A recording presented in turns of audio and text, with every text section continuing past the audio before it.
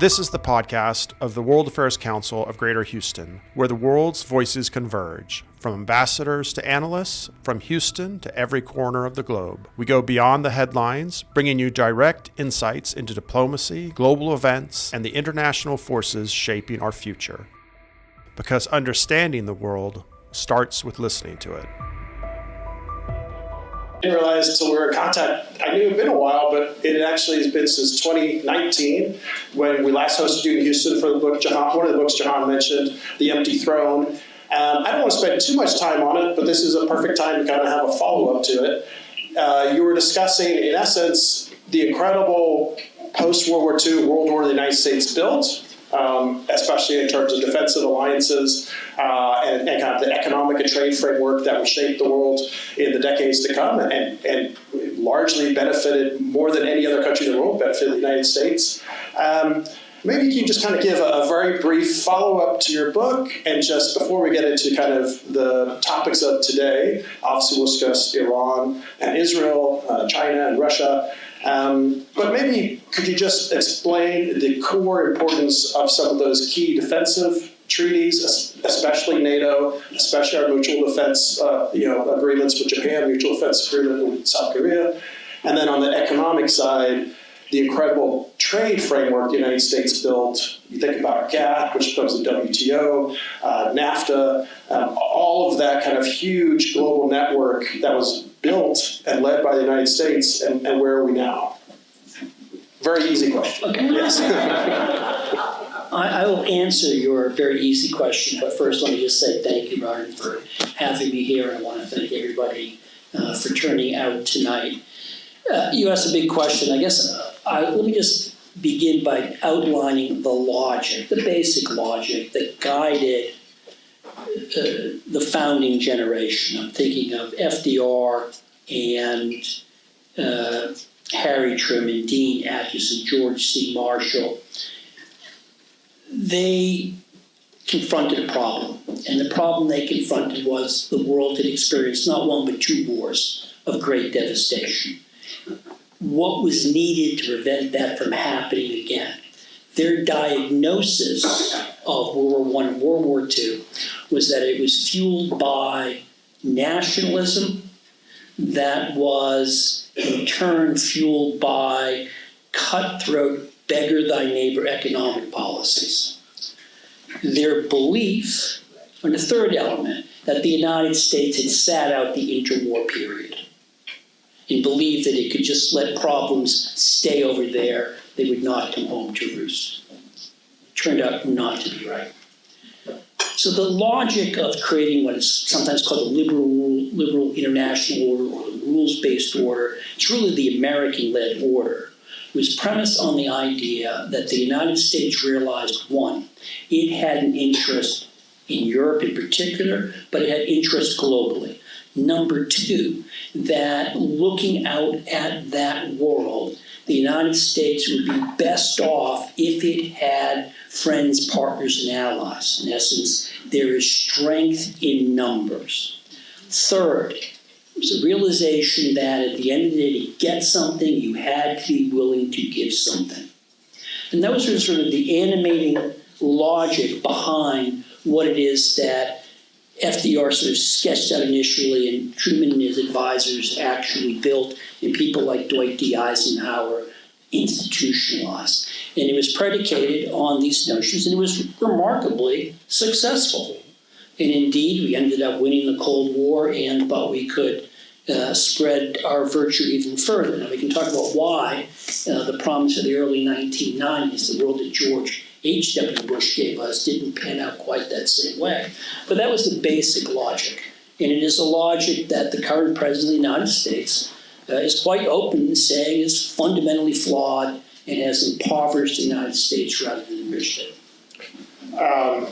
And, turning to, at this point, almost maybe 80 years of this incredible framework the United States built, as led as much by Republican presidents as by Democratic presidents. Obviously, you think of someone like Eisenhower, you think about Reagan, both in terms of defense alliances, but also in terms of economic growth, open markets, free trade, helping lift all boats.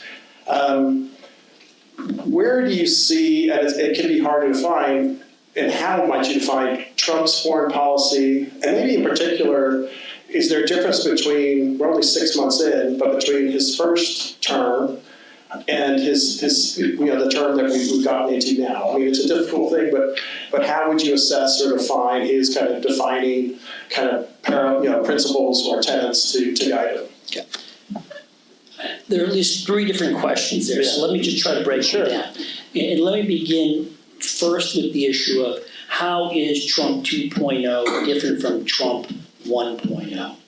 And I would say it's different for 2 reasons. One, when Donald Trump won the presidency in November 2016, he was unprepared to be president. Not only had he never served in the military, worked in a large organization, or held a government position, he did not anticipate winning. And indeed, he hadn't prepared for the presidency. The one person who had been charged with staffing up his administration, Governor Chris Christie of New Jersey, he fired days after the election, and they took all of the notebooks that Christie had generated and dumped them in the trash. Second time around, January of 2021, Donald Trump knows how to be president. He's done the job. He understands what the levers of power are.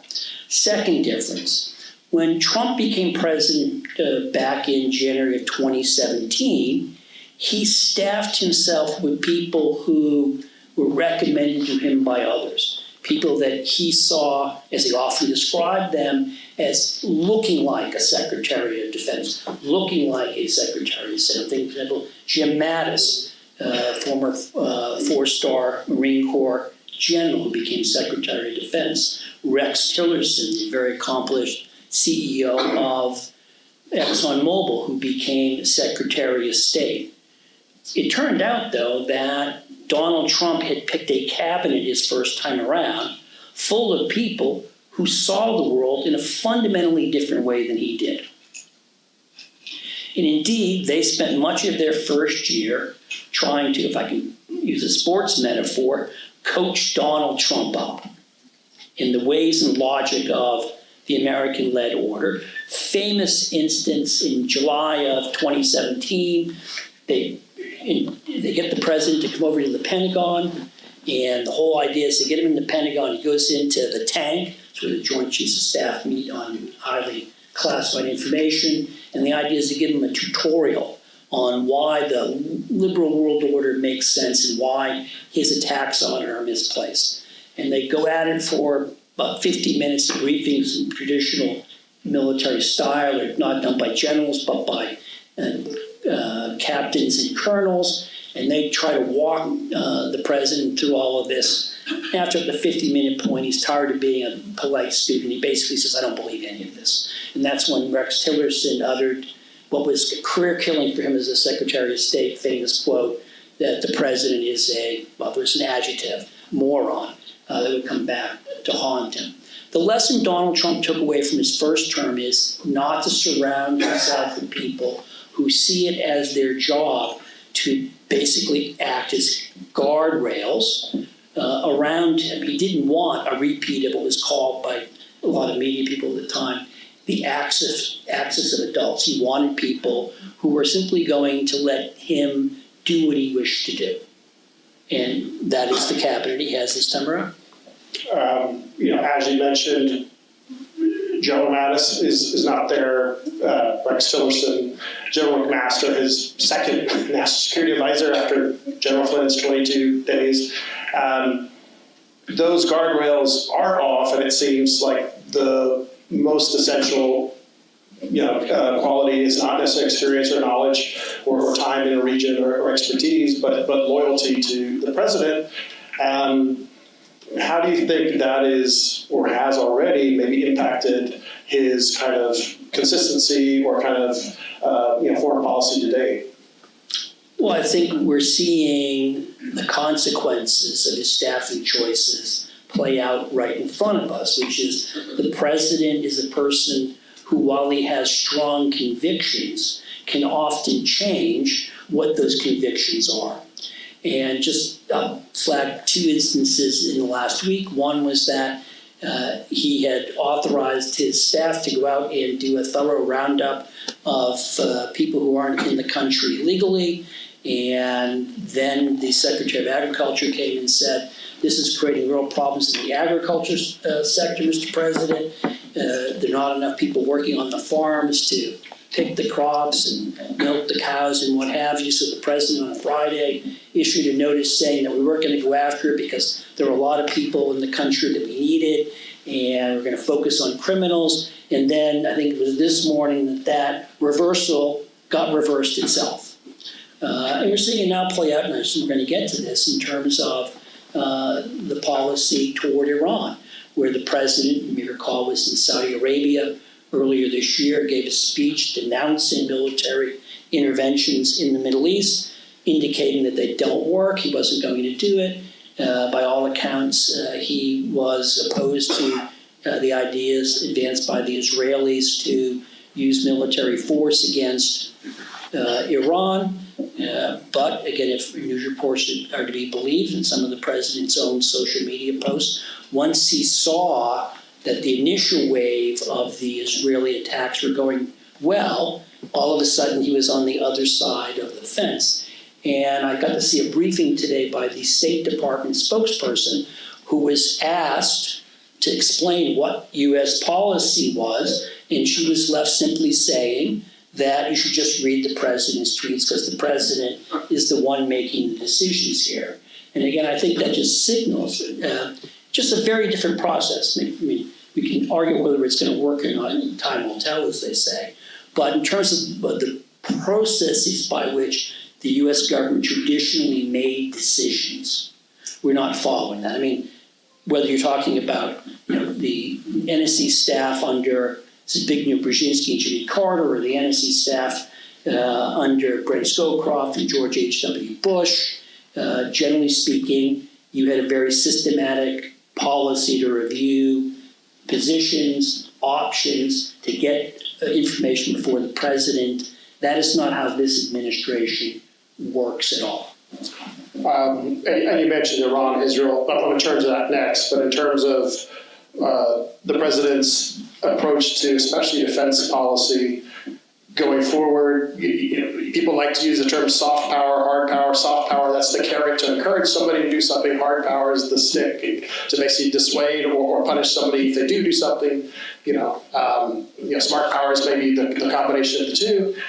So it's understandable. I think people aren't surprised on the soft power side. Basically eliminating USAID, U.S. development funding, proposed large cuts to the State Department.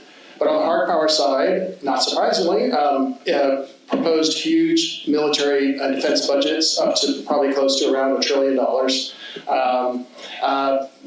But how do you square the circle that you are, as a president, you want to increase the military capability of the United States, but at the same time, those essential core allies who would fight with you and are obligated to fight with you if things went south with the Russians with regards to NATO, if things went south with China with regards to South Korea, Japan, or even supporting Ukraine, who is currently punching the second largest potentially military in the world in the face and doing a large part of your defense need for you now. How do you square those two kind of seemingly opposite perspectives?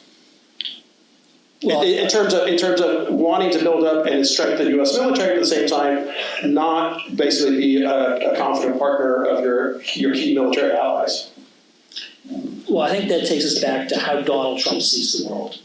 And in terms of rejecting the American-led order or the rules-based order, Donald Trump has, and he's been arguing this since he took out a full-page ad in the New York Times back in September of 1987, that America's friends, partners, and allies take advantage of the United States, that they're bleeding us dry. They ride on our coattails in terms of security, and then they steal our jobs.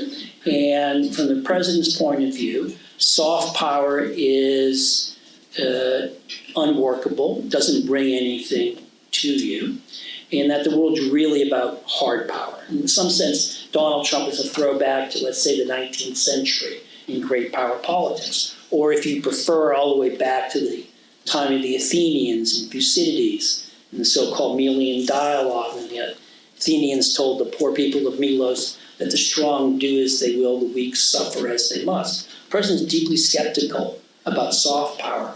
But I don't think the president sees the contradictions you do, because the president would say a couple of things. One, I want to spend a lot of money on defense because if we are very strong, it will deter all others.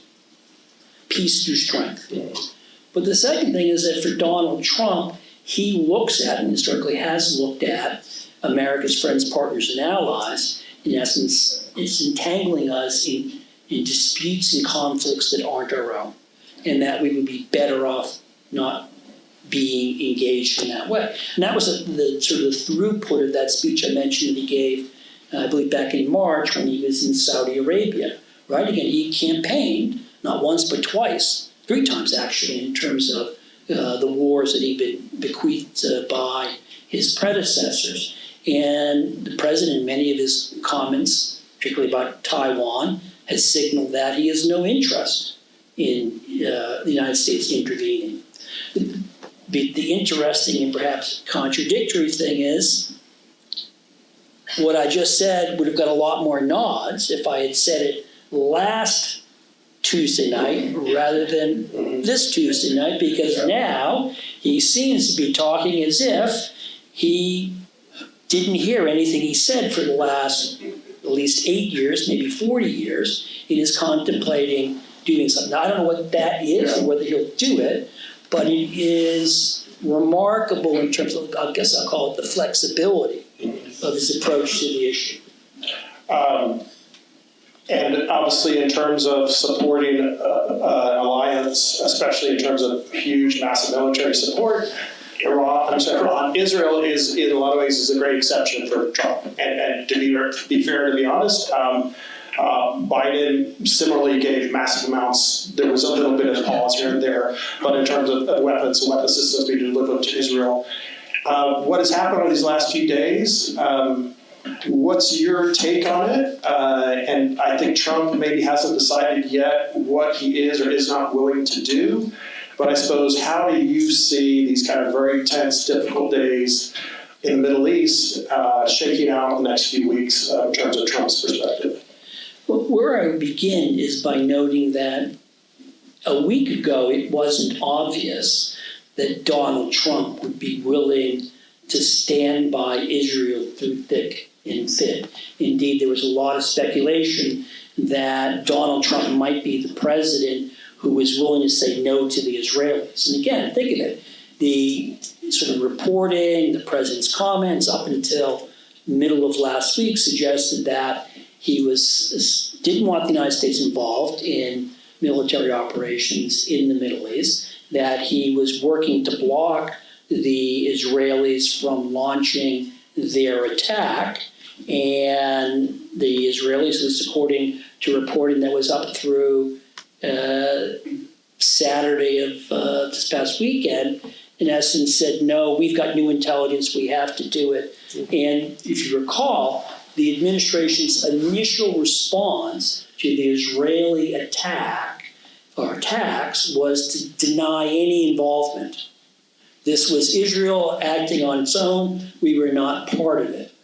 Now, the commentary coming out of the White House has changed over time. I don't know how much of that reflects genuine change of views, whether it's just a change in messaging. There's lots of possible explanations here. But now the administration is faced with the choice. Does it openly participate or not? And I don't know what the outcome of that decision is going to be. What I would say is most interesting, and this gets back to your question about how Trump staffed his administration. As best I can tell, none of the people in senior level positions in the U.S. government, other than the president, have actually been through this kind of crisis or stress test. And one of the things this happens for almost all administrations, is that, generally speaking, you don't handle your first crisis well. And you don't handle your first crisis well because crises are always a shock. You find out certain people who you might have thought were going to be good, solid citizens just don't bring it at crunch time, so to speak, because you're not used to sort of coordinating with everybody else. The added thing that's happening here, of course, is that it's coming at a time in which the government is not fully staffed up. Just let me step back a second. I don't think most people understand that the senior levels of government get emptied out when you have a change of administrations, particularly when you go from one party to the other. And our focus is always on who's going to be the Secretary of Defense, Secretary of Agriculture, National Security Advisor. Those are the top level appointments. But a lot of the positions underneath them aren't populated. You may not get, certainly the Senate confirmed positions filled until September, October of the first year of a presidency. Now add on top of that an administration that has let go a lot of people. The State Department is in the middle of a massive reorganization that has most people standing around the water cooler planning with their friends what they're going to do next because they're afraid they're not going to be around. The National Security Council staff, where I once served a long time ago, has been more than halved in size. And so the real question is, what kind of information is getting to the president? Is the right information getting to the president? Is it getting to the president in the right form in a coordinated fashion? And this is for a president who is famous for his resistance to getting briefed on anything. You've probably seen the stories that Tulsi Gabbard is thinking of bringing in Fox News, the Director of National Intelligence, to prepare briefings that might be able to appeal to the president. So we don't know what's going to come out of all of this. And again, this gets you back to your advisors, not just a lack of experience, but also the question of, do these advisors, are they people who will tell the President of the United States something he does not want to hear? And I don't know the answer to that. And you never know in any administration. This is not the first administration that could fall prey because advisors tell the president what they think he wants to hear rather than what he needs to know. But again, we're on really sort of different terrain than we were just a week ago. As you noted, the Israelis, I think, perhaps understandably felt this was the best, most beneficial timing in decades. They suffered and been under the shadow of an enormous threat from Iran that is closer and closer to breakout for a nuclear warhead and delivery systems. So they felt they had to go now. After the war in Gaza, they had largely decimated Hezbollah, decimated Hamas. Also Assad's gotten in Syria. A lot of things have kind of gone to diminish Iran's natural allies. It's a much more permissive environment, as they say. We discussed about Israel and the United States obviously coordinating with each other in advance, the United States not wanting to be involved directly militarily. At what point or how do you think the United States could or would actually get directly involved, especially in terms of what Israel does not have, these massive bunker busting bombs, the mobs, the massive ordnance payload or whatever it's called, to hit the deepest sites, nuclear test sites. And if the U.S. does get involved, what happens to the entire region and where does it go from there? Well, let me begin by saying that the Israelis have said repeatedly since last Friday that the decision to attack Iran was motivated by new intelligence that showed that the Iranians had made a breakthrough on the nuclear weapons front and that the window was closing. Now, I will also say that, again, according to news reports, the American intelligence community found the evidence the Israelis shared with the United States to be unpersuasive. Now, I do not know whether new evidence was the reason why the Prime Minister ordered the attacks. I do not know whether the American intelligence community gave an adequate hearing to the information, drew the right conclusion or not. The first draft of history is a rough draft, and it's often an incomplete draft. So there's lots of information that we don't know. What does appear to be the case is that for some time, the United States has been providing some kind of intelligence support to these operations. No one knows exactly what that is, and I'm quite honest, glad we don't know what it is, because intelligence being what it is. I think the question for the president right now, where he's being pushed by the Israelis or asked by the Israelis, is to do precisely what you said, which is to break out the GBU-57, 30,000-ton bomb that can only be flown by B-52s, and drop it on Fordo. This is the enrichment facility the Iranians have, and it's deep underground.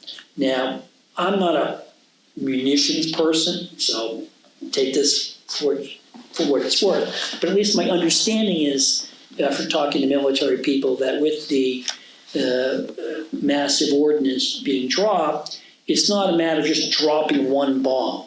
You would actually make a succession of runs and drop one on top of another because of how deep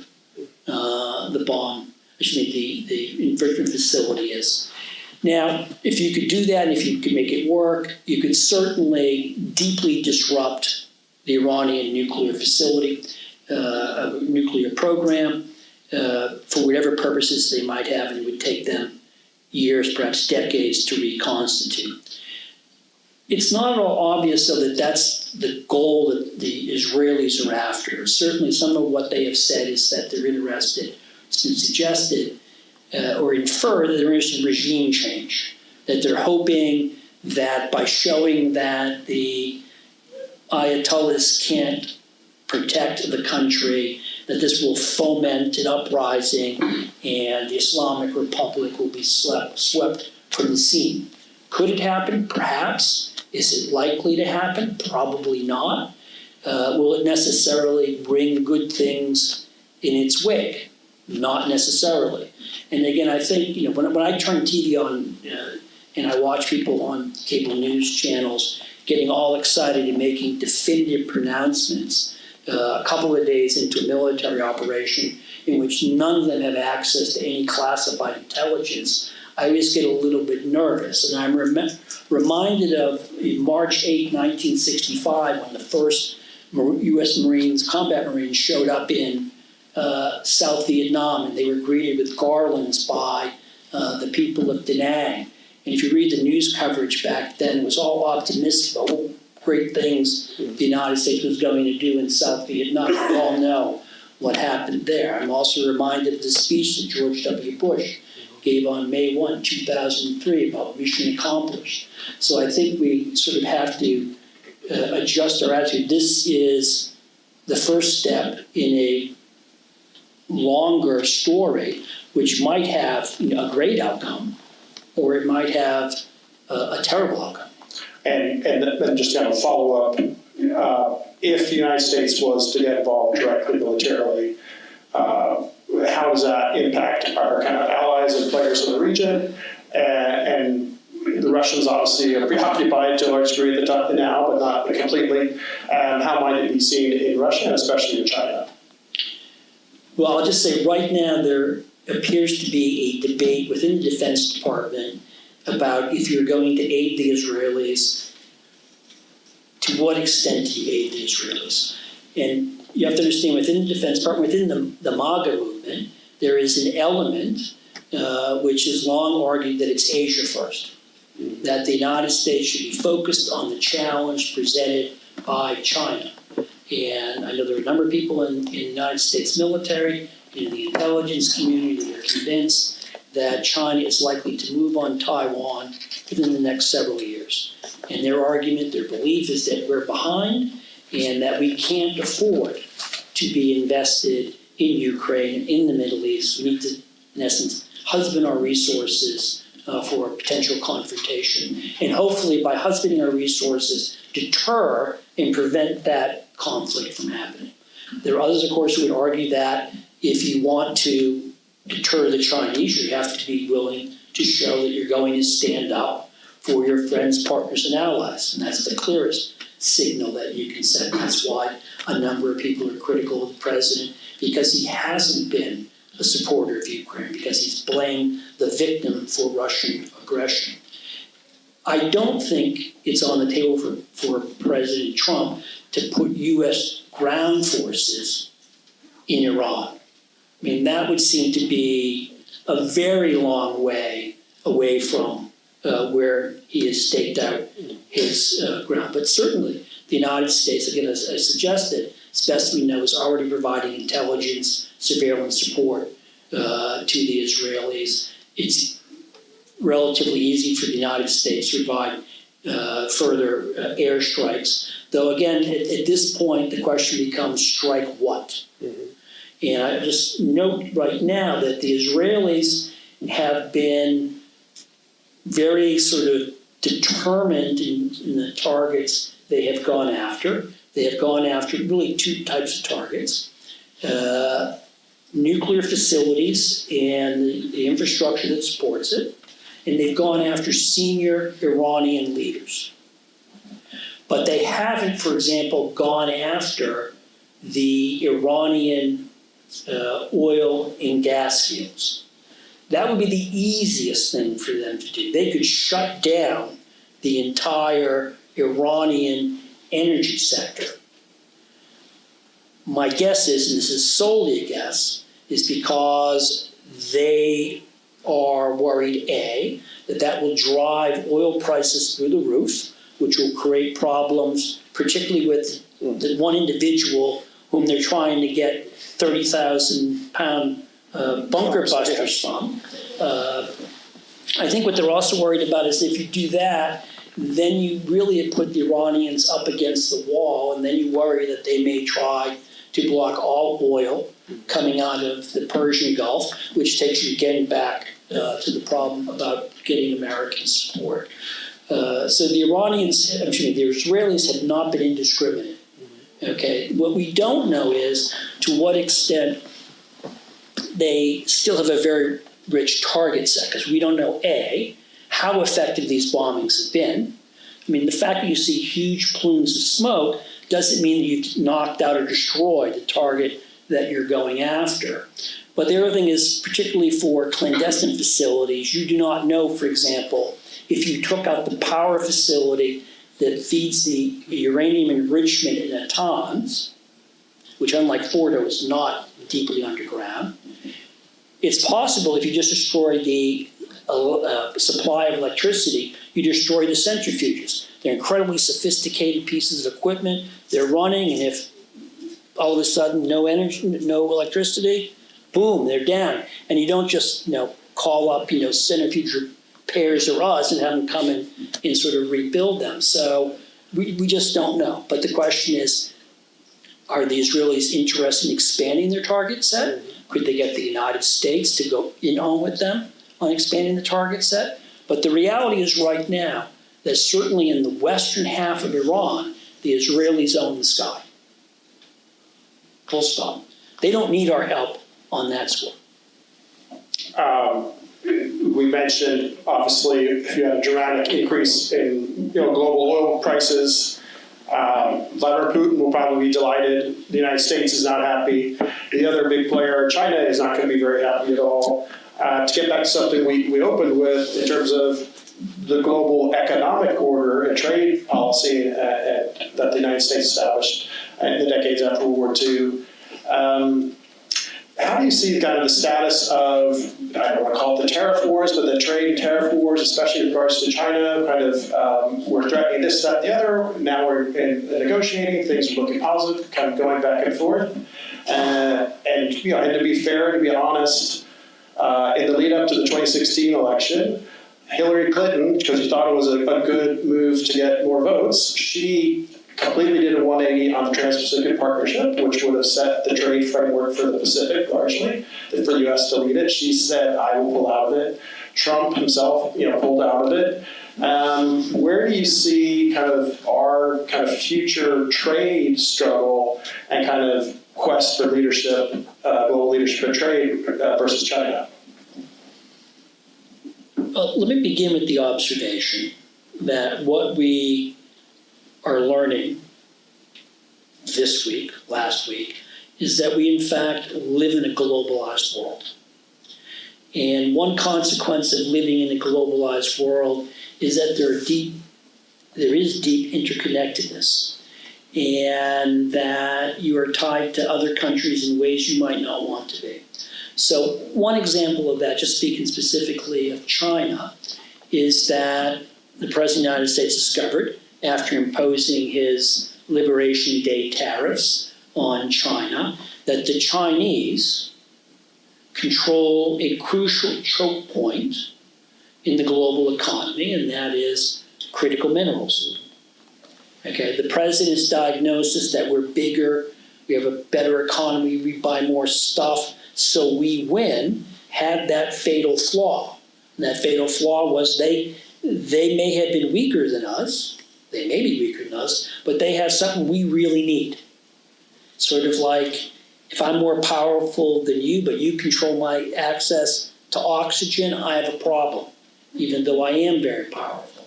Likewise, in terms of looking at what's happening in the Middle East, if oil prices go up, that benefits Russia, makes it easier for Russia to sustain its war on Ukraine.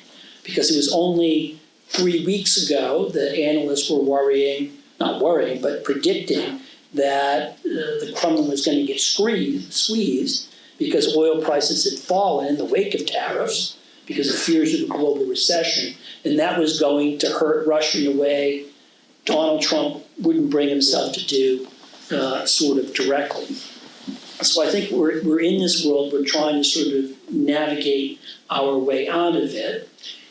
That takes us back to, I think, this desire that makes sense that the United States needs to find ways to reduce its vulnerability to adverse economic actions, not necessarily its sensitivity, but its vulnerability.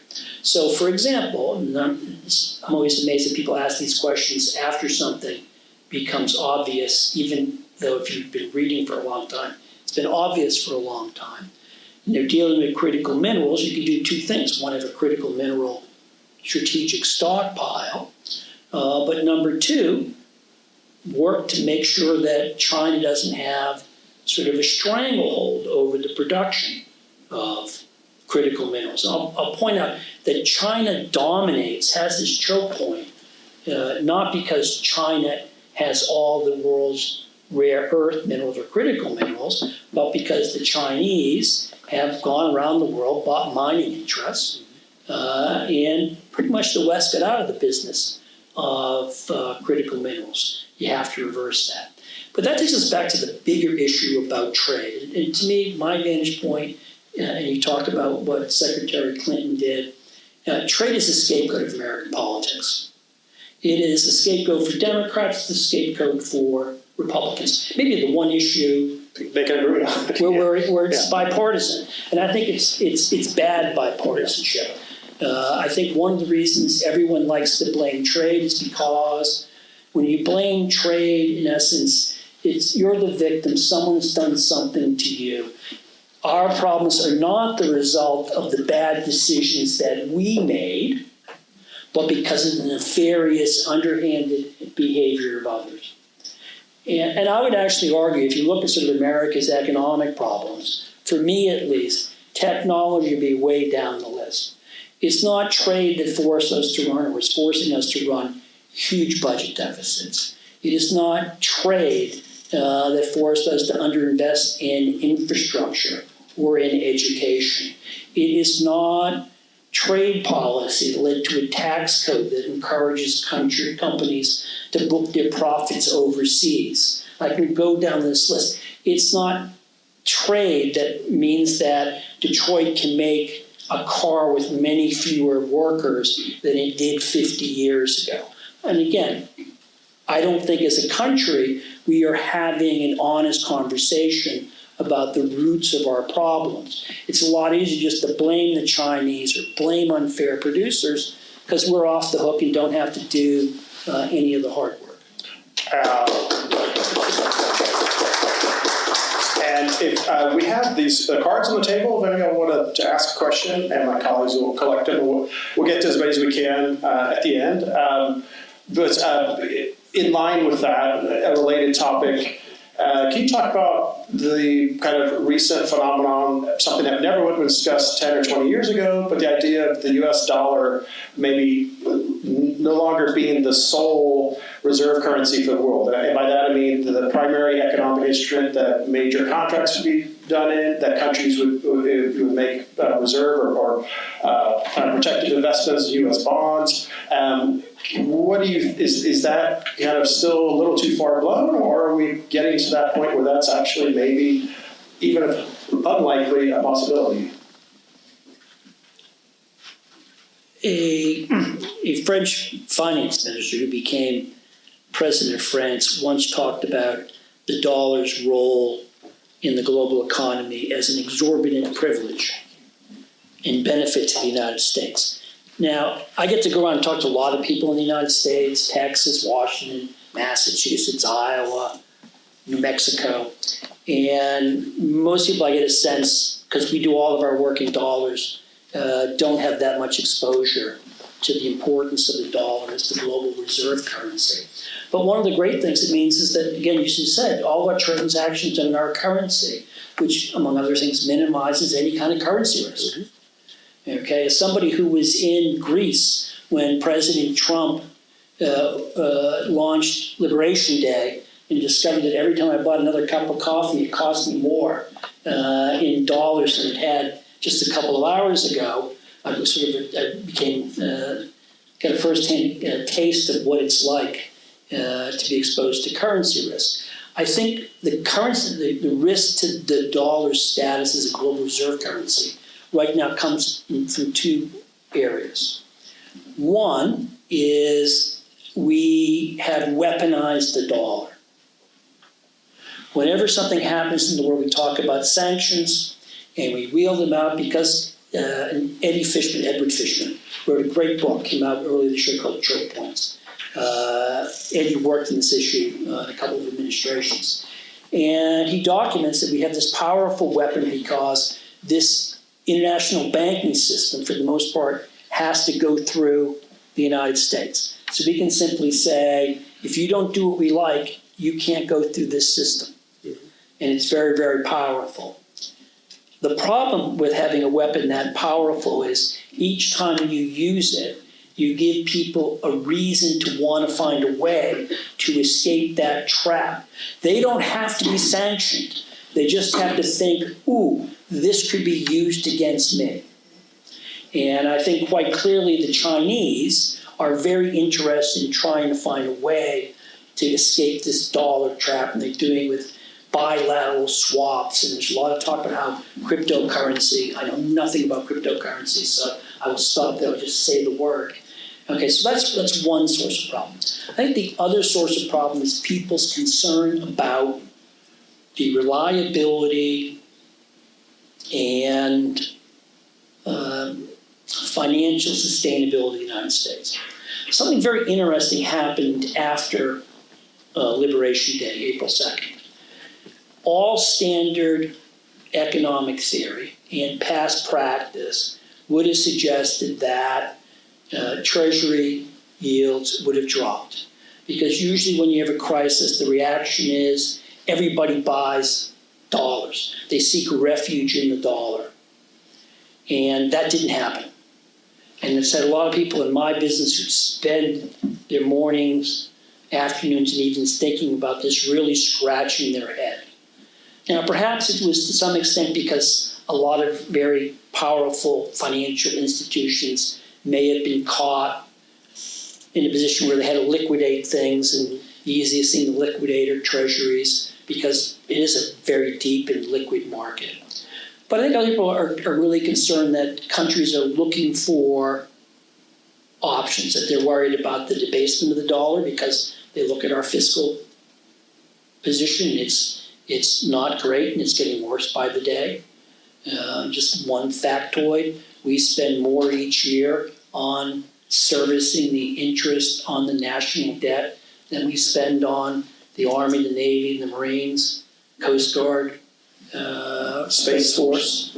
And that's a great concern. So I think there are real concerns about that. And if the dollar centrality were to be whittled away, that would be another headwind for the American economy. But do we know it's going to happen? Here's the good news. The good news is that it's actually hard to create a currency that people want to hold. So it's sort of like, we're the brightest bulb in the chandelier, and that could sustain us for a long time. But I think the fear many people have is that this will be something where, in hindsight, it'll be clear the power of the dollar declines slowly and then rapidly. And just one last question to kind of bring it full circle back to kind of the overall premise of U.S. global leadership, what is or is not happening. And then I want to get to some of the audience questions. You mentioned at the start a lot of the efforts by FDR, by Truman, by Eisenhower, many who built this global world order. It was from the fear and the concern about the interwar period where the United States was greatly isolationist. We were greatly isolationist before World War I. We only joined halfway into it. World War II, it almost kind of amazes me is that not just did we stay out, but even after Pearl Harbor, we declared war on Japan, but we didn't even declare war on the Nazis. Hitler declared war on the United States, not the other way around, which to me is kind of crazy. There are isolationists, obviously, within the Democratic Party. Traditionally, we think of Reagan, the Bush-Baker type Republicans, a strong national defense, and engaged foreign policy all around the world, supporting allies economically and defensively. Is this new kind of populist trend at the heart of some of perhaps Trump's base of this kind of big push for isolationism? That is kind of the opposite of the party of Reagan, you think of stuff like that. Is this, do you think, temporary, that once he's out of office, if the kind of Republican Party will get back to where it has been? Or has the outlook of the Republican Party been fundamentally changed, do you think? Let me begin by saying I'm not a big fan of the term isolationism. Perhaps it's because I taught college for a number of years, and students find it very confusing. What does isolationism mean? Because you always had to come with all kinds of caveats. But we wanted to trade with people, so how is that isolationism? We sent missionaries abroad, so how is that isolationism? I think that the term I favor is sort of non-interventionism. People who are deeply skeptical of the use of military power. And I think we have to be honest, it is a reasonable reaction for Americans to look at the last quarter century of American foreign policy and to conclude, one, it's made a lot of mistakes, and number two, the promises that intervening militarily in other countries is going to produce big dividends was wrong. Now, some people who are older might say, yeah, Vietnam taught us that same lesson, we're very slow learners or have bad memory. Okay, so I can understand the argument or skepticism about the use of the military tool. And I do think the United States overuses military force. And perhaps it's because Americans tend to believe that problems can be solved rather than problems can only be managed. But sort of looking at it, I look at a lot of public opinion poll data. What I will tell you is that the American public is more internationalist than it was during Ronald Reagan's first term.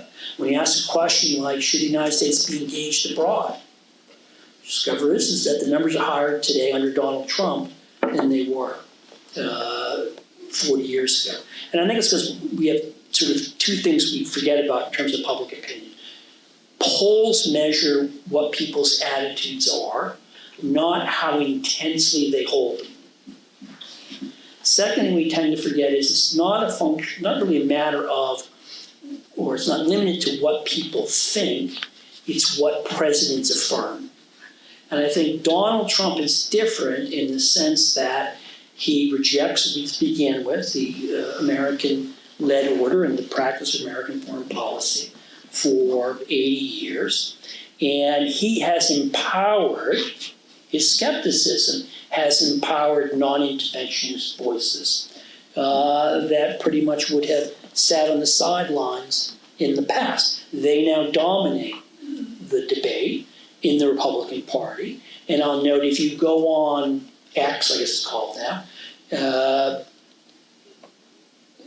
it's awash with tweets making that case. And again, people are often in their own little information bubble. And so the president speaking to his followers, he whips them up and they reaffirm his message. I actually, the most interesting thing, Joe Biden dropped out and Kamala Harris was the Democratic nominee. What I found most striking was that she didn't appeal to the non-interventionists in her acceptance speech. She actually gave a very sort of full-throated endorsement of traditional American foreign policy. Maybe that's because my friend Phil Gordon wrote that part of the speech. But nonetheless, it was really remarkable that she tried to reach, I think where actually most Americans are. And I think where most Americans are is that they don't like radical changes. They believe there is strength in numbers. It's better to have more friends than fewer friends. And it doesn't mean we have to be a sap and have our pockets picked. That you can find that Goldilocks spot where you can both work with others and protect your own interests. And I think that's where most Americans are. Now, of course, doing that in practice is very hard because you all understand what political currents there are and how people get pulled from one thing to another. Because we're short on time, I'm just going to put these. We have a lot of great questions. Want to go lightning round? Sure. Well, it doesn't have to be lightning round, but these are, I'm grouping them together in kind of similar groups. And in a follow-up to your trade discussion, it's fine. Some people put their name, that's fine if you don't. But someone wrote, when do you think the tariff confusion and impacts can be resolved? And do you think the administration can learn the previous lessons of protectionism? And Faith related to asks, what about are we ourselves to blame if, with regards to trade, kind of excessive dependence, I suppose, upon foreign imports and stuff? In terms of how the tariff thing is going to play out, I don't know. I don't think anyone knows because there are two wild cards here. Three wild cards. Wild card number one is the President of the United States. And that's because the President of the United States has articulated several different non-compatible rationales for the tariffs. One is to raise revenue. Another is to force manufacturers to come back to the United States. A third is to get other countries to do what we want. Those are all different things. You can't raise tariffs to replace lost income taxes and then give away those tariffs in a trade deal. So, and I don't know. Second wild card is that it's not at all clear the president has the constitutional authority to impose these tariffs. I won't bore you with the background of that. It's being litigated. The Court of International Trade found against them. Appeals Court said, put on hold for now. We want to do a deeper dive. But there's that. The third thing is what other countries do. Because the president describes this as trade talks or trade negotiations. They may be talks, but they don't seem to be negotiations in any reasonable or standard sense of the word. What's happening is that the administration is essentially saying, come to us with your offer, and we'll tell you whether it's good or not. There's no give and get, which is typical of trade. And I'll just tell you, recently a very senior delegation came from Japan. They met with their counterparts from the administration. The Japanese began discussing what they were willing to do. And then the American representatives spent the bulk of the meeting arguing among themselves over what it is the United States could do. That is not a recipe for having success in any negotiations on any topic with anybody. Just one quick question on something we didn't have time to get to in the conversation, and then we have 4 questions that I'll put together because they're all relatively similar and a great way to conclude. But Andy asks, per his opening remarks at the G7, Trump seems to have a great need to beat Putin's friend. Why do you think that is? And maybe very quickly, your kind of outlook for the Ukraine war, the U.S. Willingness to back the Ukrainians or not. Andy, I do not know why the president bends over backwards to avoid offending the president of Russia, why he insists on criticizing Ukraine, which are the victims of aggression. In terms of the war, here's the big question going forward is, will the President of the United States at any point stop U.S. support for Ukraine or prevent our European allies from providing support to Ukraine? One of the very interesting things so far is that the president, despite his skepticism about Mr. Zelensky and about Ukraine, has declined to turn off the pipeline of weapons, which are authorized by Congress, which passed the $60 billion bill last year. Most of those funds will be spent in the United States, by the way. Likewise, except for a short period of time, he hasn't cut off intelligence support for Ukrainians, which is very, very significant. But that could change. I will note that 2 weeks ago, the president for the third time gave President Putin 2 weeks to get with it. We're now at the end of the third 2-week period, but I haven't seen any indication that he's going to demand anything from President Putin. And it's very clear from Kremlin talking points that the Kremlin is more than happy to end the war, but only if it gets everything it asks for. These are 4 great ways to conclude. We got a near-term outlook and a little bit longer outlook. This one doesn't have a name, but someone asked, where will the world / the U.S. be in 2 to 3 years? And can we get through this period of crisis? Tamara asks, do you anticipate a return to the rules-based order once Trump is no longer in office? Similar to that, Doug asks, given all that you said about the outlook 4 years from now, where do you see us, after the Trump presidency? And a little longer timeline, Caitlin asks, what do you think will be America's greatest challenge, the next 20 years? Last question, easiest one to answer. The biggest challenge the United States is going to face in the next 20 years is itself. I mean, I view us as a country that's been dealt a great hand, and we're playing it badly because we're too busy arguing among ourselves about what's going on. And I would hope there's some political figure that can help us realize that we can accomplish a lot more working together as opposed to being at each other's throats. Where are we going to be in 2 or 3 years? Again, I think my crystal ball is cloudy. What is it that Yogi Berra said? Predictions are hard to make, especially about the future. I think that applies over and over again to this situation. Because, again, I'm trained as a social scientist, and so I was trained to think in terms of the great forces of history, technology, the development of new social classes, demography is destiny. But history is also shaped by individuals and the choices they make. And if there's one thing that history tells us, is that sometimes leaders make really smart decisions that create new opportunities. And other times, leaders make really bad decisions, which take you down very dark roads. And I think there are going to be a lot of decisions made in a lot of capitals. I mean, it's very easy for me to tell you how this can all go belly up. Expanded war in the Middle East, more terrorism.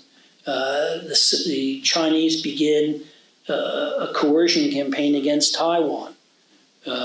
India and Pakistan go to war. Nuclear weapons get used. Okay, global recession. All of a sudden, the climate crisis intensifies. I mean, I can write a pretty dour, sci-fi dystopia. But the flip side is because people have choice, they have agency, there's also the real potential that we can get ourselves out of this. And I guess what I'll just simply say, I don't have a prediction for you, but I do have a hope, and my hope is that we, not just people here in the United States, but others as well, choose wisely, because there is a lot of potential out there for all of us.